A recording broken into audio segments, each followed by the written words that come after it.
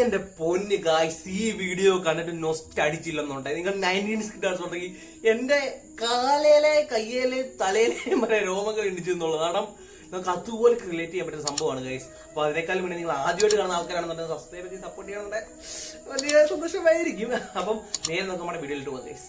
അപ്പൊ ഗൈസ് എന്തായാലും നമുക്ക് ആ വീഡിയോ ഒന്ന് നോക്കാം.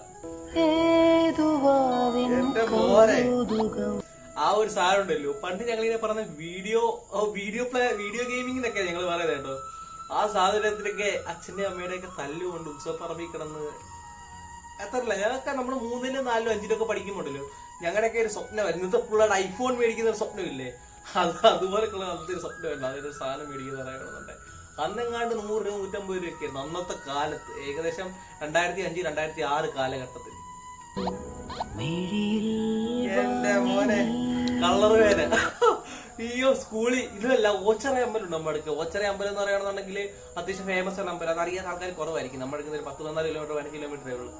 അവിടെ പോകും ഞങ്ങൾ ഓച്ചറ ഉത്സവത്തിന്. അപ്പൊ നീളമുള്ള വലിയ പെൻസിലും പിന്നെ ഈ കളർ വേന വെച്ച് നമ്മള് ടീച്ചറിന്റെ ഒക്കെ അവിടെ നമ്മൾ തന്നെ ടിക്കൊക്കെ ഇടും. അപ്പൊ ടീച്ചർ ചുമല മഷി ഉപയോഗിക്കരുത്, ചുമല മഷി ഉപയോഗിച്ചാൽ ഭൂമിയൊക്കെ പറഞ്ഞു വീഴുന്നത് കാലത്തെ ടീച്ചർമാരൊക്കെ പറയുന്നത്. അതൊക്കെ ഞങ്ങളുടെ രവിസാറിന്റെ ഒക്കെ എനിക്ക് ഓർമ്മ വരും കാണുമ്പോൾ. ഞങ്ങളെ കുമാരശ്ശേരി UP സ്കൂളിലാണ് പഠിച്ചത്, പക്ഷെ മുതുകുളത്തുള്ളത്. പക്ഷെ ഓർമ്മ വരുവാണ് ഗൈസ്.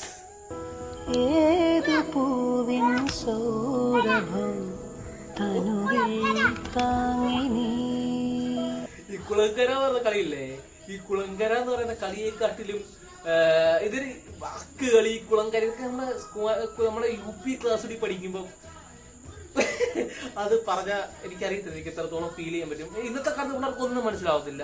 സമീപ എന്ത് പറയുന്നത് തന്നെ പോകും. പക്ഷെ ആ ഒരു ഫീല്. പിന്നെ വേറെ സംഭവം, കയ്യെ പിടിച്ച് വലിച്ച് നമ്മൾ ടീമിലിട്ടിടുന്നൊക്കെ ഒരു കളി, അതൊക്കെ രസമായിരുന്നു കേസ്.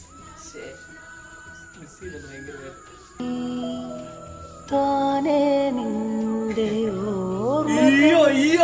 ഹൈലൈറ്റ് സാധനം, ഈ സാധനം പണ്ട് ക്രിക്കറ്റ് ബാറ്റൊന്നും ഇല്ല.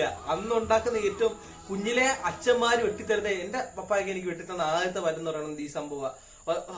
കയ്യിലെ മടലൊക്കെ കൊണ്ട് വെട്ടിയിട്ട് നമ്മുടെ കൈക്ക് ഇത്രയൊന്നും അല്ല അവര് വെക്കുന്നത്. അവര് നല്ല ഹൈറ്റ്, നല്ല നീളത്തിൽ തന്നെ വെച്ച് വെട്ടി ആ അതിന്റെ തുമ്പത്ത്, ഈ കാണുന്ന തുമ്പത്തും കൂടെ വെയിറ്റ് കുറയ്ക്കാൻ വേണ്ടി വെട്ടിത്തരും. കാരണം പൊക്കാനുള്ള ആരോഗ്യം വേണ്ടേ.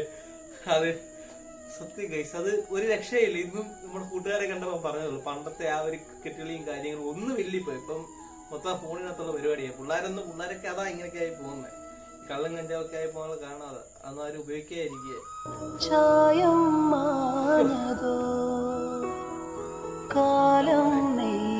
ഹൈലൈറ്റ് സാധനം, ഞങ്ങളുടെ അപ്പൂപ്പന് ഈ സാധനമാണ് തെറ്റുണ്ടായിരുന്നു, കാക്ക അടിക്കുക പണ്ട്. ഇത് അത്യാവശ്യം ഡേഞ്ചറുള്ള സംഭവമാണ്. പക്ഷെ നമ്മൾ ചെയ്തിട്ടുണ്ട്. പക്ഷെ നമ്മള് ഈ ഉജാലക്കുപ്പി തൂക്കിയിട്ടല്ല, കുപ്പിക്കകത്ത് വെള്ളം നിറഞ്ഞിട്ട് അടിച്ച പരിപാടി ഉണ്ടായിരുന്നു. പക്ഷെ അതൊന്നും മിക്കതും കൊള്ളത്തില്ല അന്നത്തെ കാലത്ത്. എനിക്ക് ഭയങ്കരമായിട്ട് ഇത് റിലേറ്റ് ചെയ്യാൻ പറ്റുന്നുണ്ട് ഈ കണ്ടന്റ്. എനിക്കറിയത്തില്ല, ഒരു ഫീലാണ് കേട്ടോ. എന്റെ മോനെ, ഈ സാധനം പക്ഷെ അന്ന് ഞങ്ങളിപ്പോ ഈ കളർ ഗോൾസോടെ അല്ല, ഒരുതരം എന്താ പറയുന്നേ, ഗ്ലാസ്, സംഭവം ഗ്ലാസ്, പക്ഷെ ഒരുതരം എന്തോ ഒരു ഗ്രേ പോലത്തെ, ട്രാൻസ്പെറന്റ് അല്ല അത്രയ്ക്ക്. പക്ഷെ അതിനകത്തുനിന്ന് ഈ പൊട്ടിയ ഗോൾസോടക്കകത്തുനിന്നൊക്കെ വട്ട് കാണും. ആ വട്ടൊക്കെ എടുക്കാൻ പോകും.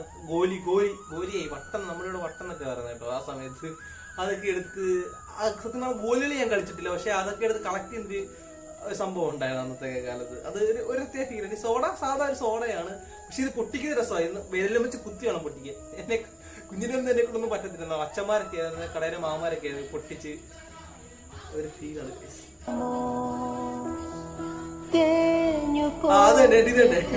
വട്ട് കുപ്പി പൊട്ടും, താഴെ വീണൊക്കെ ചിലരൊക്കെ പൊട്ടാൻ നമ്മൾ പ്രാർത്ഥിച്ചിട്ടുണ്ട്. ഈ കുപ്പി താഴെ പൊട്ടിയാലേ പോലെ അതെടുത്തോണ്ട് പോകാനെന്ന് പറഞ്ഞു. വെച്ച് വലിയ ഇത് ഒത്തിരി നാളൊന്നും തേച്ചിട്ടില്ല. എന്നാലും കുഞ്ഞിലെയൊക്കെ അമ്മയുടെ ഒക്കെ വീട്ടിൽ വരാൻ എടുത്ത് രോണിയമ്മ, എന്റെ അമ്മൂമ്മ ഇങ്ങനെ കുഞ്ഞിലെ ഒക്കെ കയ്യിലൊക്കെ ഇട്ടുതരുമോ, രസമായിരുന്നു. ഈ ഉമ്മിക്കരി വെച്ച് പല്ല് ചെയ്തിട്ട് പോയി വാഴുമോ, പല്ലിന്റെ ഇടയിലൊക്കെ വീണ്ടും ഉമ്മിക്കരി ഇരിക്കും, വീണ്ടും പോയി ബ്രഷ് ഇട്ട് പല്ല് ചെയ്യും. അതൊക്കെ ഒരു ഓർമ്മകളാണ്. മെയിൻ സാധനം പണ്ട് കുമാരേശ്വര സ്കൂളിൽ രജിസ്റ്റർ ചെയ്ത് അടി മേടിക്കുന്ന സാധനം, രംഗും ചീട്ടും കളിക്കും, ഗാംബ്ലിങ്. ഇന്നത്തെ കാലത്തെ ഗാംബ്ലിങ്, രംഗും ചീട്ടും എന്നൊക്കെ പറയട്ടെ. ഒരു സൈഡ് വീഴുവോ അപ്പുറത്തെ സൈഡ് വീഴുവോ എന്നൊക്കെ പറഞ്ഞ് ഈ നെയിം സ്ലിപ്പ് കട്ട് ചെയ്തുകൊണ്ട് പോയി. പിന്നെ അതുപോലെ കുളുങ്കുരു കളി. എന്റെ മോനെ നൊസ്റ്റ്.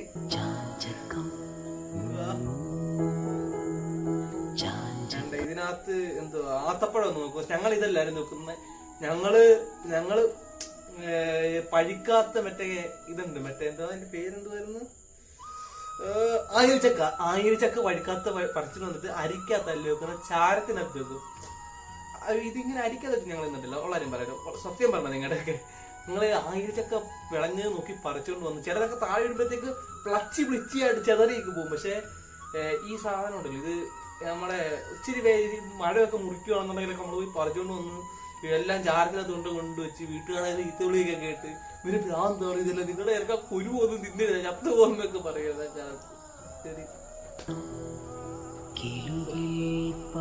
ഇതെന്തോ പഴം സത്യം പറയാൻ എനിക്കറിയത്തില്ല. ഞങ്ങളുടെയൊക്കെ കുഞ്ഞിലെ ഞങ്ങൾ കഴിക്കുന്ന പഴം എന്ന് പറഞ്ഞാൽ ചൂരലില്ലേ, ചൂരലിൽ ഒരു പഴമാണ്, ചൂരപ്പഴം എന്നാണ് പറയുന്നത്.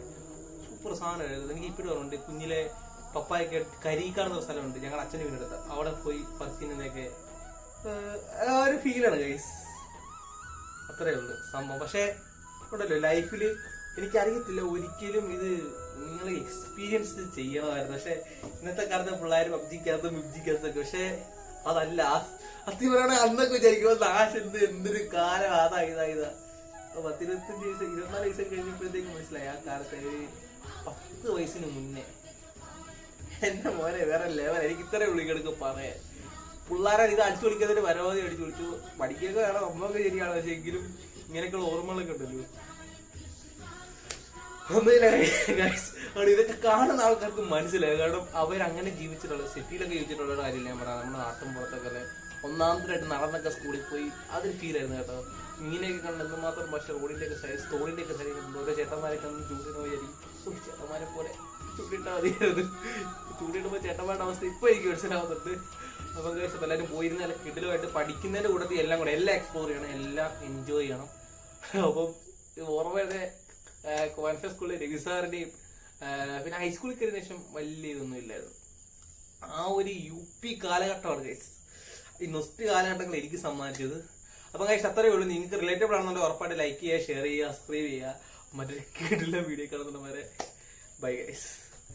സബ്സ്ക്രൈബ് ചെയ്യാൻ മറന്നേക്കരുത്.